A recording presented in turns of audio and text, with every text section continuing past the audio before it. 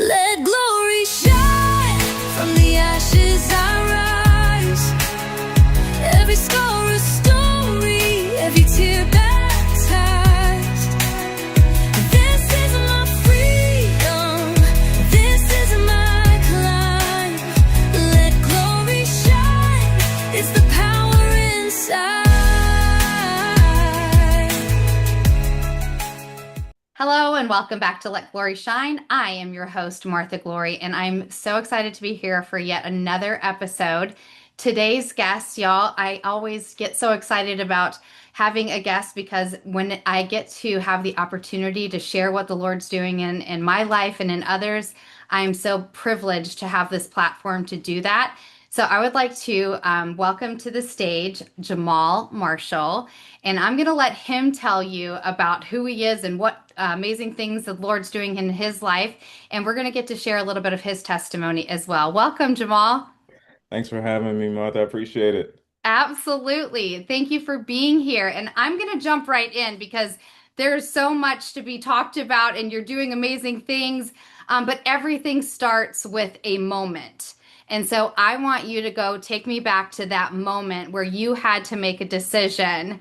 Where do I go from here? Is there more?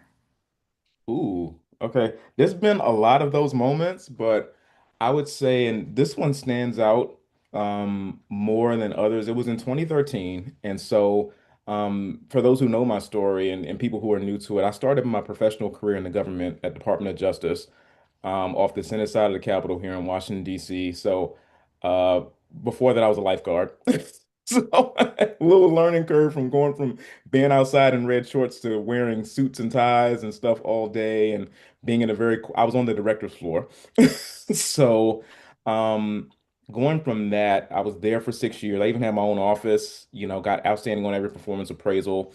But the outstanding came from me coming from a troubled childhood. And I know people are like, well, you should perform well, you should work as unto the Lord. But most of that work was my way of finding acceptance. I came from a very abusive childhood. My father, unfortunately, in the early years, was an alcoholic and a drug addict. His drugs of choice were alcohol, cocaine, and heroin. And so that made for a very unstable household. Um, and where there was all that instability, even though I'm the youngest of four, I found that, okay, well, I can make things stable by being good, by being perfect, by not kicking up the dust, by not troubling any waters. Because if I did, I may be pinned to a wall, I may get punched, anything could happen, very volatile. So where there's no predictability, you want to create control. At least that's what I was trying to do. And so what happened on home front followed me professionally, romantically, every place I went. I didn't realize that I was a parent pleaser, but I became a people pleaser. And so there wasn't any way that I was going to say no to anyone. No wasn't in my vocabulary.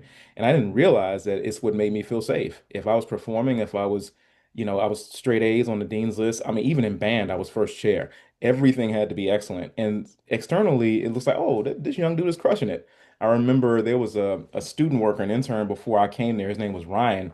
And like within a month of being there, they're like, man, you're way better than Ryan. I always asked, and you just never asked. You just do everything that we ask. And that sounded good on the surface, but it's like I never asked questions. I never questioned anything. Because to me, to question something meant to challenge something. And to challenge something means you're setting yourself up for resistance or rejection. And so, fast forward, by the end of the 6 years, something happened with my paperwork in HR, and so I couldn't transition into a co-op, and they couldn't believe that they weren't keeping me. I never had a bad performance appraisal. Um, a ton of people came to my going away, even the director, and not the director of our division. I mean, the director of the whole United States Federal Bureau of Prisons, DOJ. And so they said, "Man, you must be real special if he's here at your going away." I didn't see that that was God opening the door for me to get away to really deal with who I was and what I was becoming. Outside of this, I grew up in church, but I still, coming from an abusive childhood, I had my own addictions. And so I said, there weren't drugs or alcohol, even though I drank and smoked in the early days, but I said, okay, well, mine was sexual sin, and then I decided, around 18 or 19, I said, okay, no girls, no hotels, whatever like that, no smoking, no drinking. So I said, okay, well, I'll just look at pornography because I felt like this is harmless. Who's getting harmed in this? I Mm, didn't realize that this would be more than a 15 to 20-year addiction that was ripping my mind raw. And in that, I sought to get away. I said, okay, I was always told I'm going to help a lot of people. And so I went to Regent University, and counseling and psychology was my background, but I was like, Jamal, you need help. And so I went away to a nonprofit, went through 13 months, and invested a lot of money in very intense counseling. And they asked me, they said, hey, do you want to do an internship here? And I was like, this is the Midwest. I'm from DC. I'm like, okay, this ain't exactly a melting pot, but that's where God was gonna put me and place me. And so I did this internship. Then they brought me on staff. For the first 2.5 years, Martha, let me tell you, it was God was putting me through the crucible because I knew I was gifted more to be involved in the lives of other people, but I worked in website quality control and customer service. And that was God just, I was doing spreadsheets all day. I mean, I was bored out of my mind. And I decided, you know, and one day in 2013 that I was going to go away to a little cabin. And there I remember, I'm skipping over a lot of interest at the time, but like through this time, my dad had already given his life to Christ. We had been reconciled. A man who was once my worst enemy became my best friend, but I still had that scar tissue from the formative years. And I remember calling my dad and I said, I'm thinking about leaving. I'd already been in this nonprofit. He said, what do you want to do that for? And I said, I don't know. I'm just kind of, very antsy. And he said, I just want to let you know your mother and I are praying for you. With the way I grew up with him, I never thought I would hear those words. Mm. And so that shot like a good bullet in me. And then I fasted for 4 days. And it's so weird. I should have had a burger as soon as I started my fast because the moment I drove up on this property, this was in Lewisburg, Ohio, 2 hours north of where I was, I get there and the presence of God is just there in a really strange, like powerful way. And within maybe 4 hours, I can never remember like really hearing from the Lord this clearly, but God literally spoke to me and it was just like, hey, you are free to do whatever you want. You can actually pack up your boxes, pack up your bags when you go back to Northern Kentucky and you can leave. But if you do, I won't go with you. And I don't know how to explain it. It's been a long time since the fear of God has come on me like that, Martha, but the fear of God came on me and I was like, I don't even want to know what that looks like. I don't want to know what it's like to be, because I've been down some dark alleys in my past. I'm like, I don't want to know what it's like to go somewhere and God's not with you. So I said, all right, I committed and I fasted the rest of the time I was there. I said, I'm going to go back and be the best customer service rep and website quality control person they ever seen. And the moment I did that, I did this for like maybe 3.5 months. I didn't know that behind the scenes, God was moving me over to the counseling department and preparing me to go out on events and to speak and to travel to London and different places. Like he just wanted to see, are you going to be faithful? But to answer your long-winded answer to your question, I know that specifically is when I heard from the Lord. It's like, and people talk about it all the time. I don't make a big to-do about it because that can be very dangerous in church culture, but I heard from the Lord. And God's grace, I responded in obedience. Yeah, by God's grace. So much to unpack here, right? So It's a we lot. start out as a people pleaser, don't like confrontation because of the way that you were brought up, the way that you faced abuse at a very young age, right? If I just do enough, if I'm just good enough, if I'm just imperfect, nobody's going to see me and I can just fly under the radar and I do really right. All of those things are coping mechanisms because of the trauma that you went through. And then God places you in this uncomfortable position where you have to come to Him, right? He makes you so uncomfortable that all you can do is look up, Mm, right? And mhm. so often that's where God gets a hold of us and says, see, you're not alone. But I had to make you so uncomfortable that you had no other option than to look up. Perfectly stated. Nothing I can add to that masterpiece. You got it. And then to top all that off, you reconcile with your father, who was your abuser or one of your abusers, and you reconcile with him. And in this very pivotal moment, he says, your mother and I are praying for you. I had chills all over when you said that because that's every believer's prayer, right? That we find that our loved ones find the Lord, that our loved ones return to where we come from, right? Return to our Creator, give the glory, give the praise, right? And I know that feeling all too well. I grew up in a religious cult where God was the enemy. God was only there to beat me up and to my sins were going to find me out, and I was damned to hell if I did wrong. All the things. God was the scary God, not the gracious and merciful and loving and that God. I didn't know anything about that God. God was just scary. And so, as a 47-year-old woman now sitting here and knowing the grace of God, knowing that all the uncomfortable things and scary things and that I experienced in those first 26 years of my life in my darkest hour, right? I was never alone, but I had to make the choice to say, I'm surrendering all of it. It's way too heavy for me. It's way too scary for me. I can't do it alone, right? But I had to get so uncomfortable where my knees were the only thing I had left. Yeah. Sounds like I should be interviewing you. We all have a story. We talked about that before we hit record. So Right. Jamal, so tell me now we've established one of those points in your life and it sounds like you probably have many, but how did that become purpose? How did that become a vision of something greater that God was putting on your heart in order to do whatever you are doing today? Right. Great question, Martha. It helped me to learn how to move by faith, because I think, when you grow up in perfectionism and people pleasing and just all the things, it's like, what feels safe? Predicted outcomes.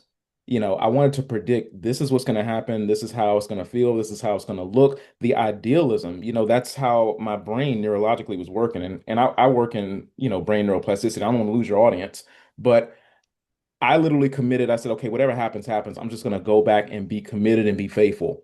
I didn't know what was going to happen. And I believe that for me, that helped me to say, okay, I'm going back on faith. I could leave, but the fear of God is on me. And faith says, I don't know what the outcome is, but I'm committed to the day in, the day out, the mundane, because, we don't live Instagram Christianity. Just for y'all, that's not real. I'm leaning in real close to the camera. It's not real. Um, and the moment I committed to that, that's when a whole nother world opened up. And so that's when I started learning, obviously I had practicum, I had training, I had the clinical training, and I started getting, counsel leads, clients, and this, that, and the fourth, and going out and speaking and really honing my gifts. And it was during this time, fast forward a couple of years, where God kept putting on my heart Psalm 2:8. I think it's 2:8. And it says, ask and I'll give you the nations. And it's really strange because I was at a place in northern Kentucky. Let's just say, I don't know, but I don't want to offend your audience. A lot of people didn't look like me, and a lot of people didn't look like I'm originally born in LA and I lived in DC, both melting pots. Nothing looked like that in Kentucky. So I was like, ask and I'll give you the nations. And we know in biblical context, that is actually God speaking to Jesus. And I'm like, okay, I'm 5'10" and 150 to 170 pounds. What does that have to do with me? And I didn't realize that through the process of working with clients, the process of traveling, going different places, going overseas, that God was actually preparing me when I came out to learn how to deal with so many different cultures.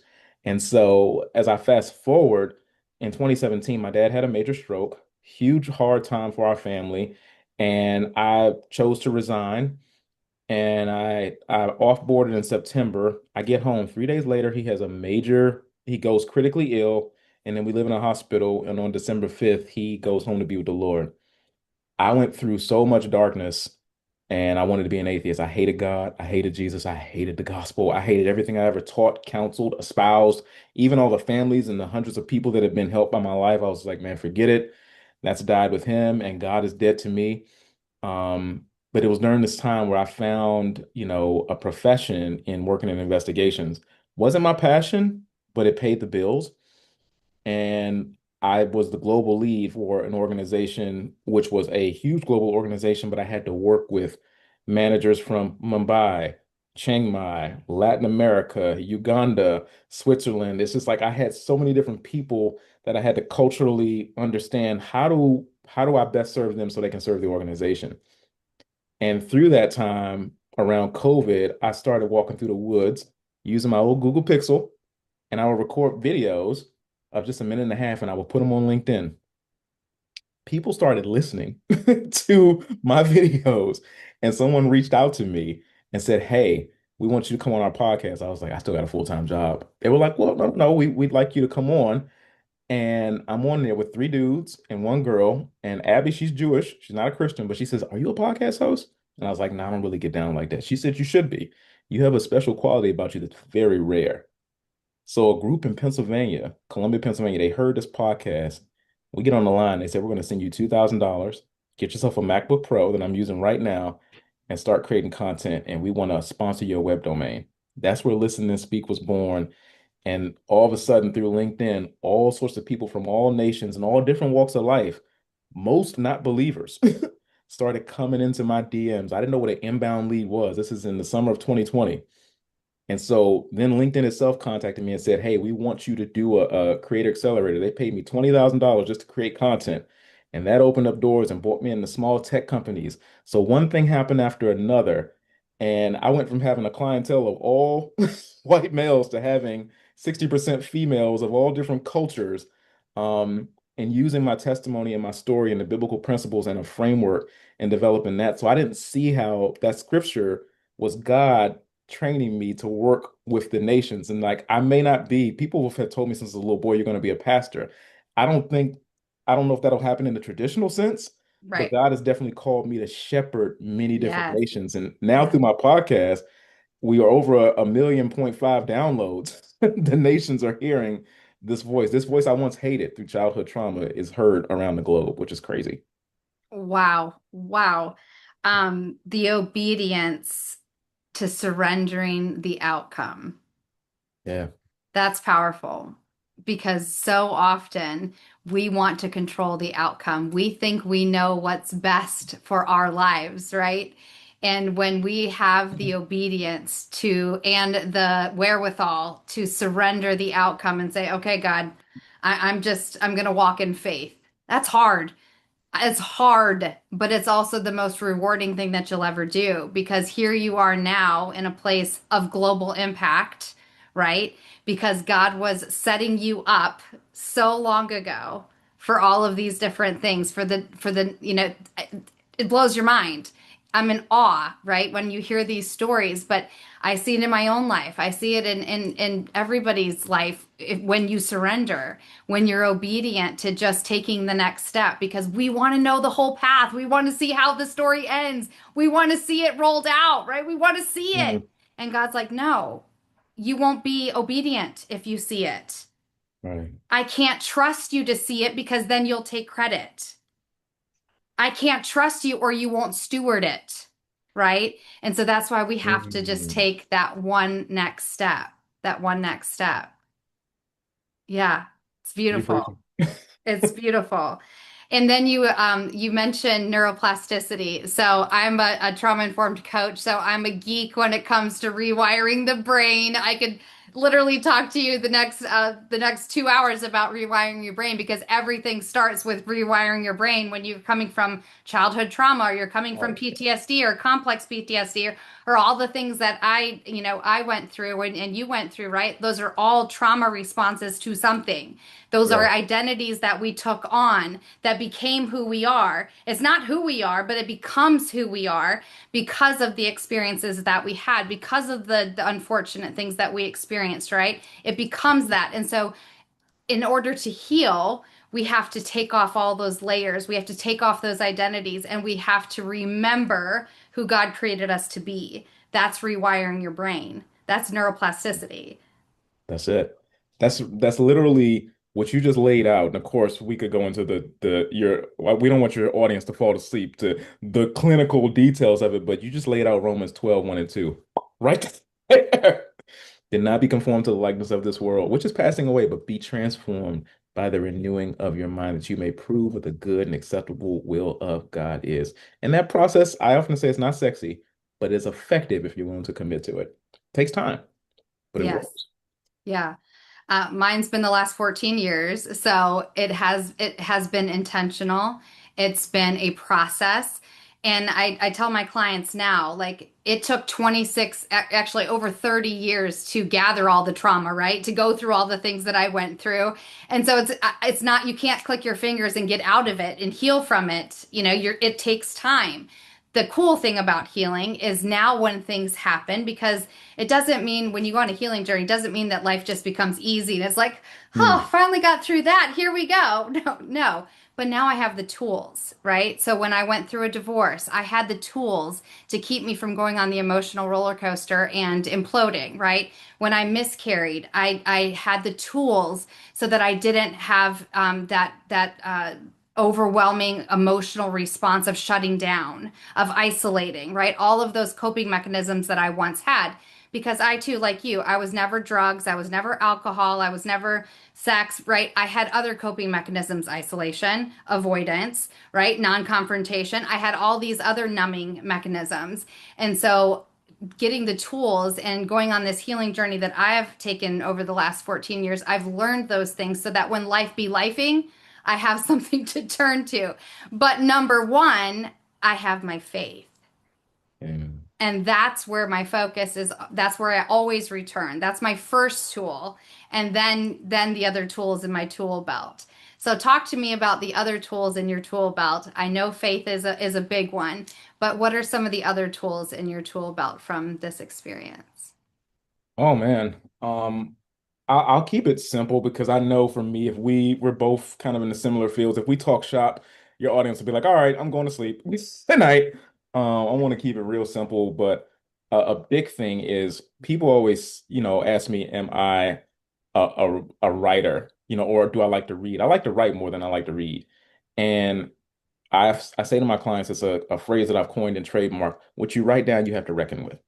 And when I take that pen to pad and that thing comes out of the gray matter of my mind, it's like, oh, I have to actually reckon with the reality of that. And so actually processing how the days have went, or when that thing comes up that would trigger and elicit a reaction, let me actually put it on paper and process that. And if that gets painful, yes, inviting God into that and maybe inviting another person to carry that load, to shoulder that burden with me. So that's one thing.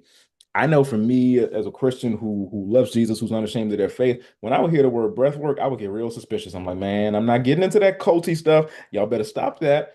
And it's weird, like when we actually study, I'm not talking about read the Bible. You got everybody, people who hate Jesus read the Bible. When you Right. study the scriptures, it's there. Yes. All The the breath of ancient life. principles, Yep. yeah, it's there. And so Yeah. allowing my brain to regulate, so often more than we realize, Martha, we function in dysregulation. All And the time. so allowing my brain, the blood to get where it needs to get to regulate my thinking so that I process intel through my prefrontal cortex, my hippocampus, and the different places and say, okay, what's actually going on right now? Another phrase that I trademarked and coined is the problem is in the pattern, but the power is in the pause. Taking those pauses and being intentional, taking the time to enter into somatic breathing so I can understand what's going on. And then when I don't understand, St. Jamal, you want to be in control. There's going to be some things you don't understand. Remove and divorce, make a divorce from outcomes, from known outcomes, and make an engagement to the unknown. That's where the adventure is. Mm. Another tool in my toolbox is actually community. For Yes. those of like you and I who chose isolation, who chose avoidance, who chose non-confrontational, who chose people pleasing, community can be daunting. Yes. When we're on, we know how to be on, but we'd rather, I can tell you, I know how to be on and I know how to be alone by myself. I can Yep. spend, if I didn't have to Yes. run a business, I'd be out in nature forever. Yes. Yes. I love being out there. Yes. But taking the time to engage so that way I can let iron sharpen iron, even when I don't like it. I'm like, okay, God, this is a chance to be a partaker of your holiness and your divine nature. Yes. If Jesus did it, he's given me his spirit. But going back to nature, that's another tool in my toolbox. When I look and I read the Bible and just even human history, we're not meant to be inside that much, Martha. We are meant to get natural vitamin D. And Yes. so I built a global brand by walking through the woods in sweaty Under Armour. So getting out, getting those, I don't do all the grounding. For those who do, go for it.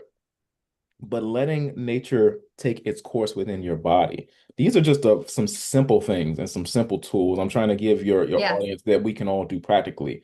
I Mhm. know with our clients, we do the deeper work, really get into the weeds. I'm not going to go into all of that, but I want people to take away stuff that you can actually do this every day. Practical. Practical.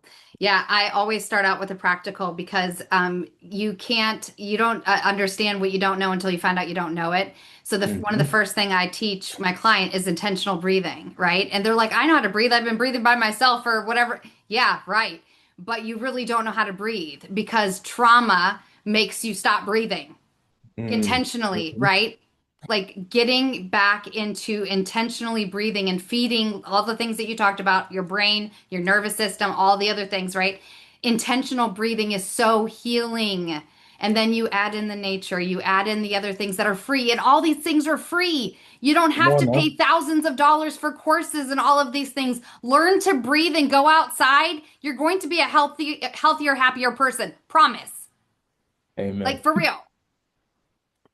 And if you want to go next step, buy the course, have the coach, all, whatever. But start with the intentionality of learning how to breathe, regulating your nervous system, regulating your brain processing, right?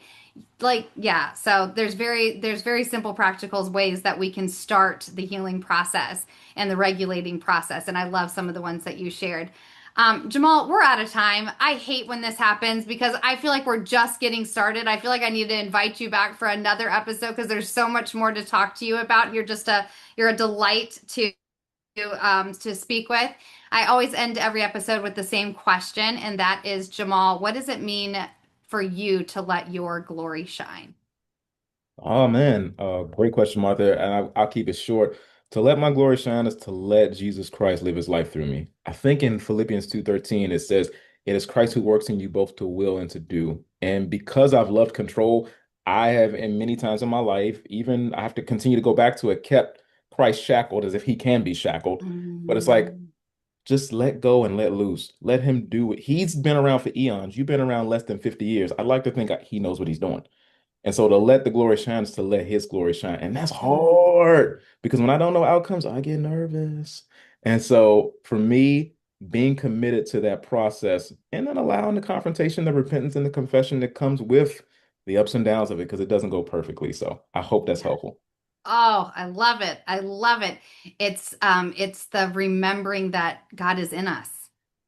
Yeah. And God is for Emmanuel. us. And God's been doing this much longer than we ever have, right? And He knows the beginning and the end and everything in between. And again, surrendering that outcome, being obedient to just taking the next step and understanding that His will is going to be the best outcome that we can hope for. So. Jahmaal, thank you so much for sharing this last 30 minutes with us. And I know that our audience is as intrigued with your story and with your deliverance as I am. And I hope that you'll come back to continue to share with us. I would love to, Martha. Thank you so much. Thank you for being here for another episode of Let Glory Shine. I look forward to seeing you next week, same place, same station. Good night, y'all. Let glory